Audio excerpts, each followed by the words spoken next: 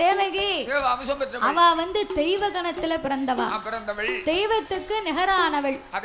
அப்பேறுபட்ட அந்த தேவகி பெண்கொடியானவள் 16 வயதிலே பக்குவதி பெண்ணுமாகி அவள் எப்பேறுபட்ட அழகோடு இருக்கிறாள் தெரியுமா?